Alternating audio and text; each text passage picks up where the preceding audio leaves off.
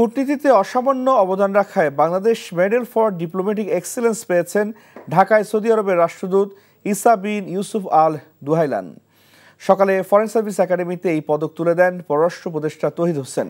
এ সময় সৌদি রাষ্ট্রদূত জানান, তার সময় শুধু গেল ৫ বছরে ২২ লাখেরও বেশি বাংলাদেশি কর্মীর দেশটিতে কর্মসংস্থান হয়েছে। বিগত কয়েক বছরের মতো এবারও বাংলাদেশি হজ যাত্রীদের সৌদি অংশের ইমিগ্রেশন ঢাকায় হবে। দুই দেশের মধ্যে বিনিয়োগ ও বাণিজ্য সামনে আরও বাড়বে উল্লেখ করে সৌদি রাষ্ট্রদূত বলেন, দুদেশের মাঝে জ্বালানি সহ বিভিন্ন খাতে বিনিয়োগ আলোচনা চলছে। পররাষ্ট্র উপদেষ্টা জানান, কূটনীতিতে ভালো কাজকে স্বীকৃতি জানাতে এই পুরস্কার দিচ্ছে সরকার।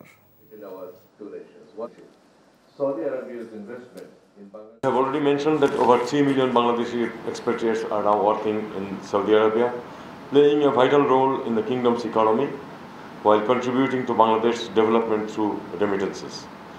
This interdependence reflects the strong and growing connection between our two nations.